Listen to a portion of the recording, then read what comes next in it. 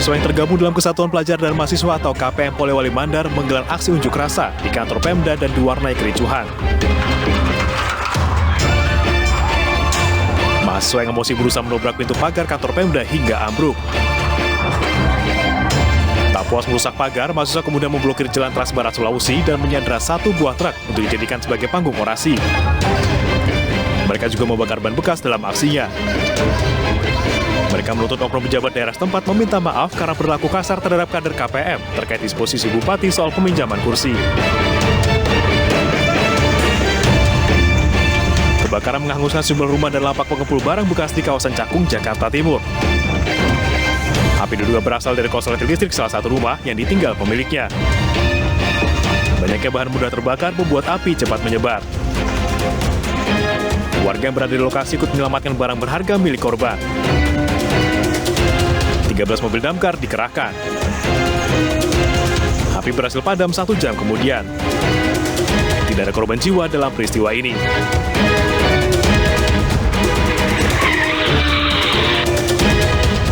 Pengendara sepeda motor yang sedang membonceng anaknya terpental beberapa meter setelah dihantam minibus yang ngebut dan diduga hilang kendali. Kecelakaan tragis ini terekam kamera pengawas di sekitar lokasi kejadian. Menurut warga yang menolong korban, seorang penumpang sepeda motor yakni siswi pelajar menderita luka cukup parah di bagian kepala. Kasus kecelakaan ditangani unit laka Polrestabes Palembang.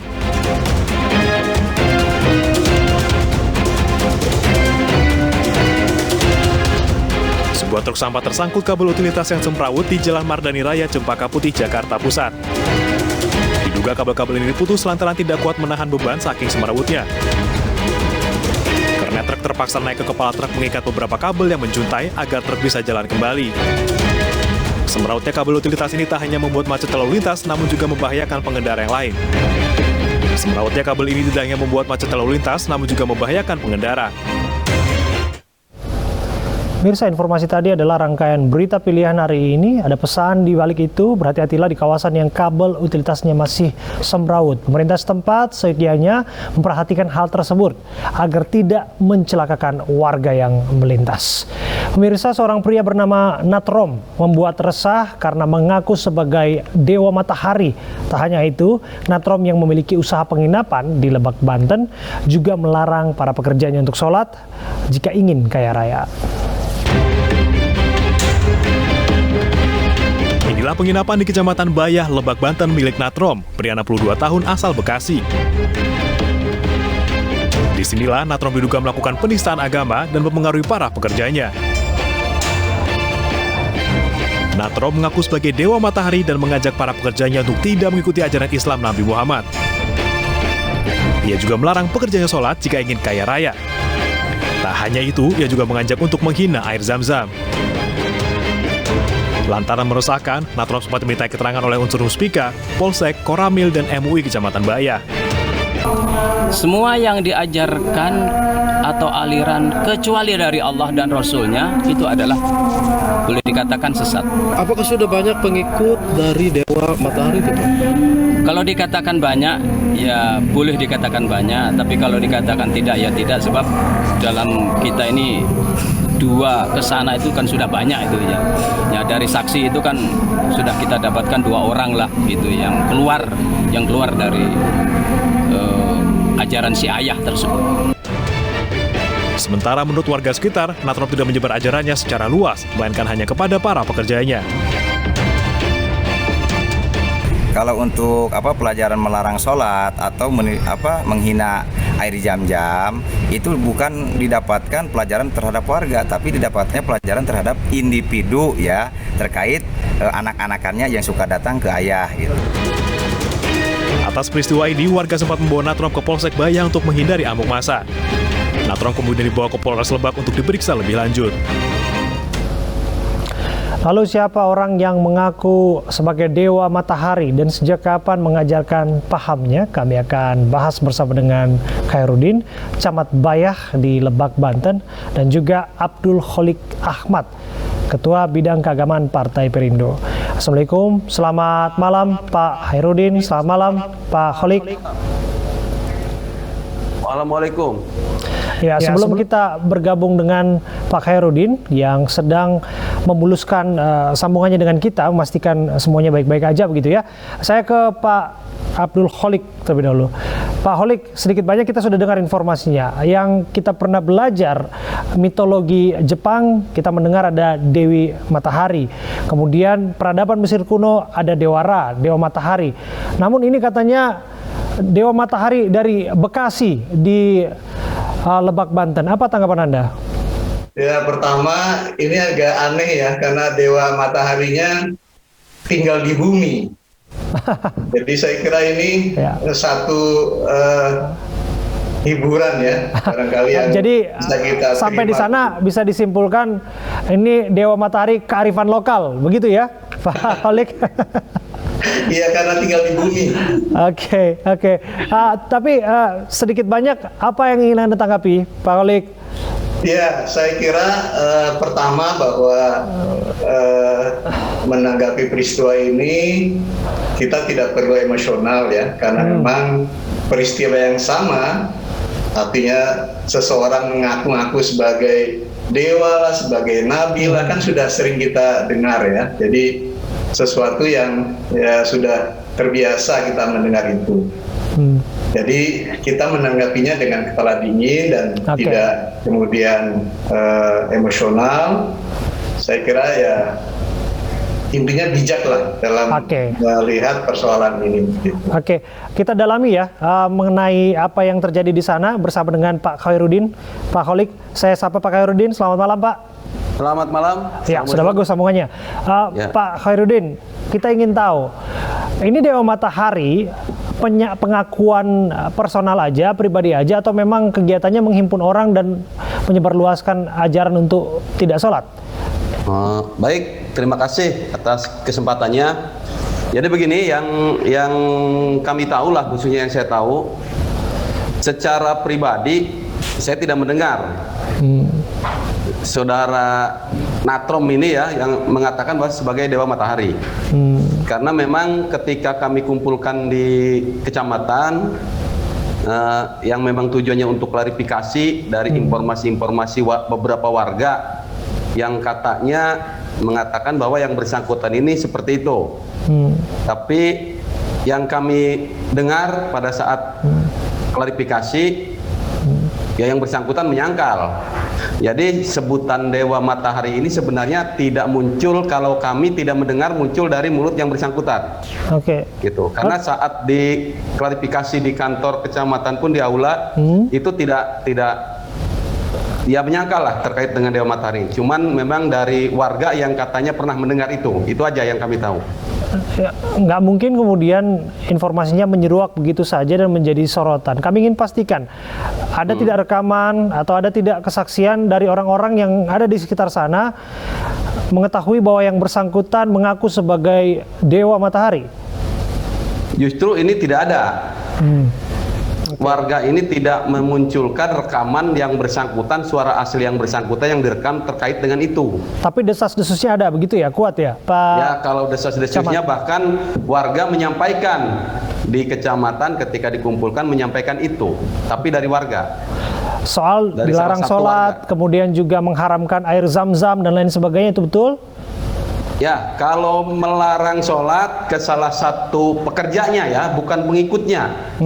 Ke salah satu pekerjanya yang kemudian juga pekerjanya ini memberikan keterangan, itu diakui oleh yang bersangkutan. Alasannya? Ya, alasannya yang jelas kalimat dia itu tidak jelas lah. Saat itu ketika ditanya oleh Ketua MUI itu tidak jelas lah. Dia kayak tidak paham lah sebenarnya terhadap agama ini. Jadi kalau kita simpulkan dari informasi yang disampaikan, artinya masih simpang siur ya soal motif. Disebutkan melarang sholat untuk para pekerjanya, bahkan juga disebutkan mengharamkan air zam-zam, begitu ya Pak Camat? Ya, sebenarnya kalau pengakuan yang mantan pekerja atau para pekerjanya ini katanya seperti itu. Tapi kalau melarang sholat bukan mengharamkan air jam-jam lah. Air jam-jam itu seolah-olah bukan air yang istimewa lah buat dia, bahkan air nista lah itu diakui sebenarnya. Kita bergeser ke Pak Kholik. Sudah kita dengarkan informasinya Pak Kholik. Ya, Tapi sudah kadung sensasional, kemudian juga menarik perhatian publik. Anda tadi sebutkan semuanya harus disikapi dengan kepala dingin. Tapi apa yang penting untuk dicermati melihat fenomena ini bukan pertama kali terjadi? iya, saya kira natrom-natrom baru nanti akan bermunculan ya. Ya. Karena pemahaman keagamaan yang masih rendah, saya kira itu faktor utamanya. Dan seperti kita tahu, belajar agama itu tidak bisa otodidak ya, tidak bisa secara mandiri, harus ada guru yang mendampingi. Karena mengapa harus ada guru? Karena guru ini menjadi salah satu indikasi ketersambungan sanad keilmuan sampai dengan Rasulullah. Jadi kalau orang belajar agama kemudian tidak dari seorang guru yang kompeten, seorang guru yang memang punya keahlian di bidangnya, maka yang terjadi akan terjadi hal-hal yang di luar pemahaman yang benar gitu. Oke. Pak Kholik, singkat saja mengenai bagaimana kemudian hal ini kerap terjadi lagi dan lagi begitu ya. Kalau Anda baca, apakah motifnya semata-mata untuk ekonomi atau menyesatkan orang dan lain sebagainya? Saya kira ada teori psikologi ya. Maslow pernah menyatakan bahwa kebutuhan tertinggi manusia itu adalah pengakuan ya, aktualisasi diri. Barangkali Pak Natrom ini sedang ingin mengaktualisasikan diri, butuh pengakuan dari karyawannya, dari warganya, dari pengikutnya, sehingga dengan begitu dia bisa disejajarkan dengan para pemimpin-pemimpin informal lainnya. Jadi ini adalah kebutuhan yang menurut Maslow itu kebutuhan tertinggi, aktualisasi diri. Cuma Pak Natrom ini salah menempatkan posisinya gitu. Informasinya sudah kami terima dengan baik dan pesannya juga kami tangkap. Terima kasih Pak Camat Bayah, yaitu Pak Khairuddin dan juga Pak Abdul Kholik, tokoh agama yang sudah hadir dan berdiskusi bersama kita. Pelajaran dari sini, kita harus berhati-hati mengikuti setiap pengakuan nyeleneh seperti yang terjadi saat ini. Terima kasih atas waktu Anda. Karena akses jalan rusak, seorang ibu harus menggendong anak yang sakit sejauh 3 km ke puskesmas. Warga mengaku sudah berulang kali perbaikan jalan diajukan ke pemerintah, namun hingga saat ini belum juga mendapatkan perhatian.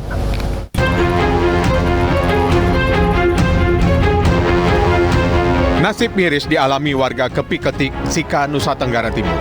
Seorang ibu terpaksa menggendong anaknya yang sedang sakit sejauh 3 km menuju puskesmas. Ia bersama warga lainnya harus berjalan kaki lantaran jalanan menuju puskesmas rusak parah.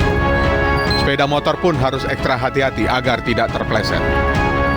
Puskesmas, kami jalan kaki. Jalan jelek. Jalan jelek, kendaraan tidak bisa lewat. Ini mau bawa ade ini ke puskesmas. Ini ke puskesmas jaraknya berapa jauh? Setengah kilo lagi sudah di sini. Dari kampung ke puskesmas berapa? 3 kilo. 3 kilometer. Hal yang sama juga dialami oleh warga lainnya. Jalanan kampung itu tidak bisa dilintasi sepeda motor dan mobil.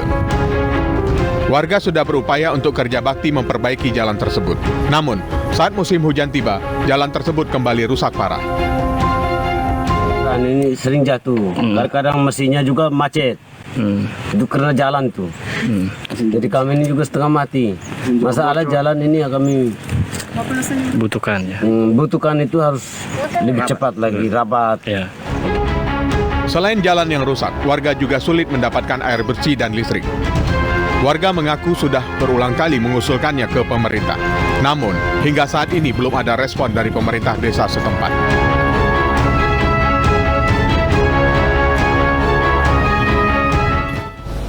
Ya, harapannya jelang 77 tahun Indonesia merdeka, kiranya warga di sana bisa dimerdekakan dari jalanan rusak. Pemirsa, Tengah asik menikmati es asap, seorang ayah dan anaknya yang berusia 5 tahun mengalami luka bakar serius. Api tiba-tiba muncul dari jajanan yang disantap anaknya, sementara sang ayah ikut terbakar karena menyelamatkan anaknya.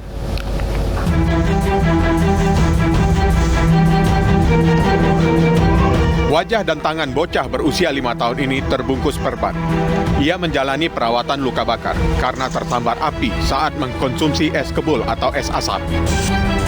Es kebul merupakan jajanan kekinian seperti es krim yang disajikan dengan menggunakan nitrogen cair atau yang dikenal dengan dragon bread. Awalnya, warga desa Bajang Ponorogo, Jawa Timur ini hendak menonton pertunjukan reog. Sang anak minta dibelikan jajanan es asap seharga Rp20.000 per porsi. Saat jajanan baru diterima, tiba-tiba mengeluarkan api dan meledak, lalu membakar baju dan tubuh korban. Melihat anaknya terbakar, ayah yang berusaha menyelamatkan anaknya itu ikut terbakar.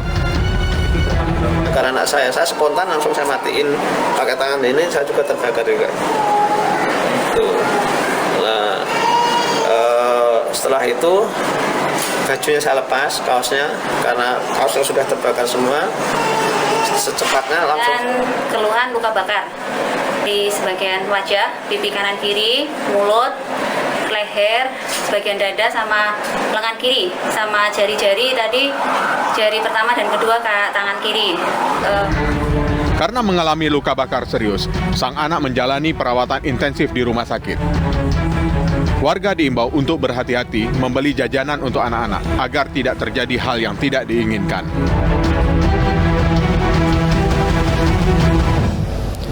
Pemprov DKI Jakarta urung menerapkan kebijakan pemisahan kursi penumpang angkutan kota berdasarkan jenis kelamin. Informasinya kami hadirkan untuk Anda sesaat lagi.